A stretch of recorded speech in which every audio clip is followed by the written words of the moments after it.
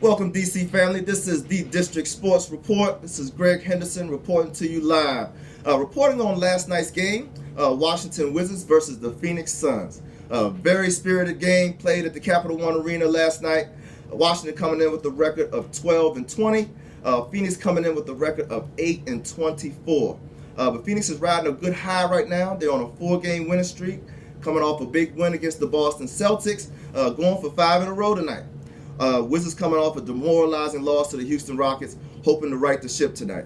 Unfortunately, no John Wall. He's battling some flu-like symptoms, so we had to play the game without our Wall star.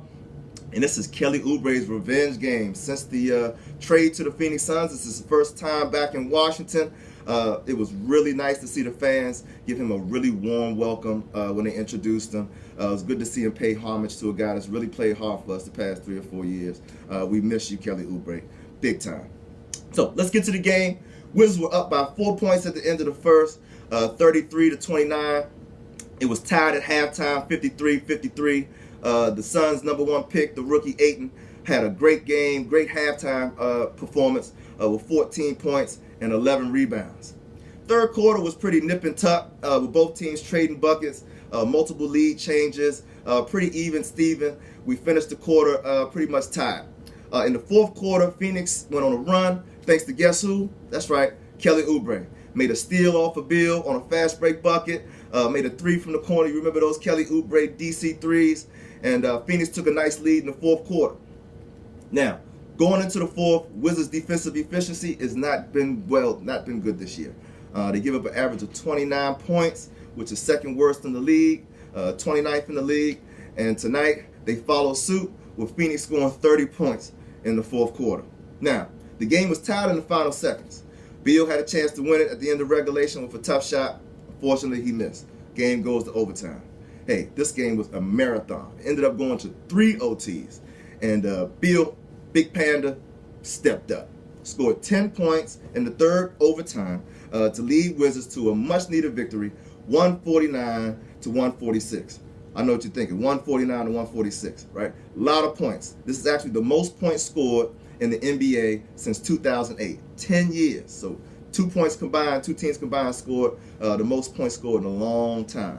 Now, key takeaways from this game: my man Bradley Beal may be clumsy ox sometimes, but he's a freaking basketball player, okay?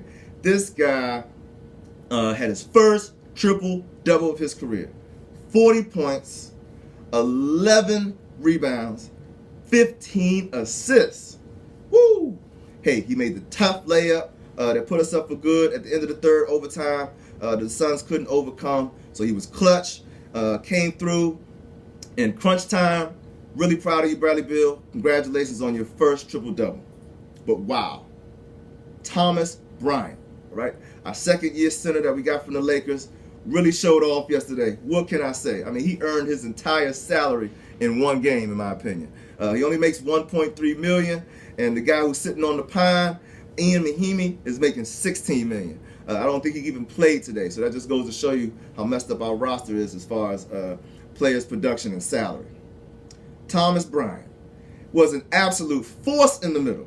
He held his own against Phoenix #1 pick Ayton.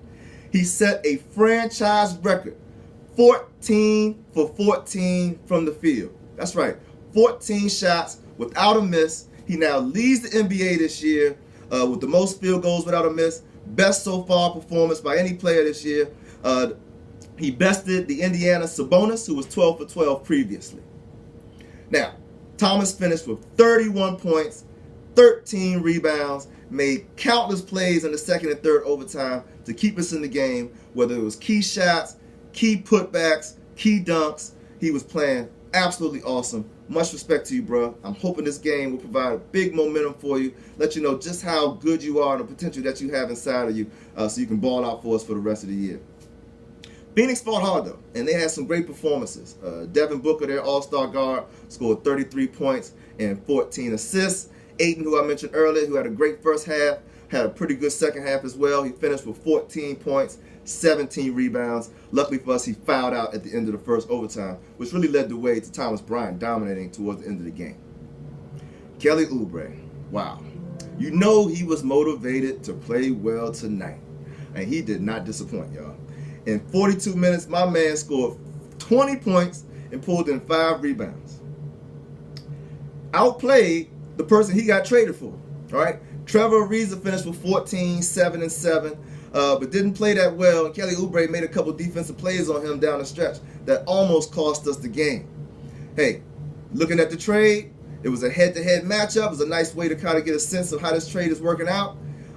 Clearly, in my opinion, Oubre is the better player. All right, he definitely has more upside. He's obviously 10 years younger. We made a big mistake, Wizards, DC family, and it showed tonight. All right, in a 3 overtime game, stats are always ballooned, right? Players are going to have a lot of points just because of the extension of the game. More minutes, more opportunity. Like I said, this is the most points scored in 10 years in the NBA. But in addition to Beal and Bryant, I got a shout out to a couple people. Jeff Green, big game, 20 points, 8 rebounds, made some really timely shots. Markieff Morris didn't play much in the second half because he fouled out, but he ended up with 20 points and 2 big blocks. Sato, who started for Wall, got to give him big respect tonight. He had 17 points, 9 assists, really kept the offense moving really fluidly, got us into some nice sets, and even made some really, really timely buckets. John Wall. You know, when we win a game without John Wall, the blogs are going crazy, Twitter's going crazy, saying that we played better without Wall in the lineup. You know, and you remember my last show, I got on Wall pretty bad about his lack of energy and enthusiasm this year. You know, for the first 8 years, Wall has been the only reason to go to these games and to watch this team. I mean, he's been the only reason to stay tuned to the Wizards through a myriad of mediocrity and bad seasons and bad rosters. You know, Wall was the only one you knew you could depend on who was going to bring it every game, both on the offensive end, driving to the basket with reckless abandon, and on the defensive end, chasing dudes down for those big blocks. I never imagined that for the first time in his 8-year career, it's truly looking like, number one, he's not the best player on the team, and 2, that he may be part of the problem. All right? I never imagined this, that you wouldn't get the energy, the effort, and the enthusiasm from the Wall star. No, if you watch the game, he's spending more time arguing with the refs, getting blown by his man, and not getting back on defense. And you know, that's not John Wall, so something's up. Scott Brooks is going to have to get to the bottom of it. I pray that John Wall turns this thing around, man. Like I said, the fact that he reps the city so hard just makes you just want to love him as a fan. But the production on the court is not matching up with the All-Star or the salary that he's about to start making next year. All right, let's do a quick top floor breakdown. The Redskins got eliminated from the playoffs yesterday. Tough loss to the Tennessee Titans. Mariota got hurt during the game. Big sack by our big boy Jonathan Allen. Thought we were going to have a chance to win it. Blaine Gabbert came in to the rescue threw a big touchdown pass in the fourth quarter that really doomed us. We threw a pick 6 at the end. Sorry, Josh Johnson. We ended up losing 25-16. Got to give a big up to AP as this season winds down. Ran for 119 yards on 26 carries. Became the 8th leading rusher on the rushing list, passing Eric Dickerson. And rushed for 1,000 yards this year. How many doubters did you prove wrong? Oh my gosh, Chris Carter, you're going to have to kiss this man's feet, man. 1,000 yards at age 33. Unbelievable accomplishment. AP, I hope we bring you back next year. Unbelievable season. You got one more game to even increase that rush total a little bit and creep up to 7th. Just so glad we picked you up. Sorry to lose Geist, but it was just a blessing that we were able to pick you up. AP, your work ethic, your intensity, your leadership, second to none. Big respect, man. Capitals won 4-0. First shutout by a backup goalie, Copley. Congratulations. Caps are 22-10, leading the Metro Division.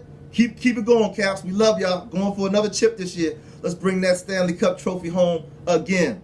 Got to give a shout out to the Howard and Hampton game that was played at the DC Arena, DC Entertainment and Sports Arena yesterday. My alma mater, Hampton, once again pulled it off. Let them know who the real HU is. Howard, as a DC native, I love you, but I gotta rep my school, Hampton, the real HU. Big up.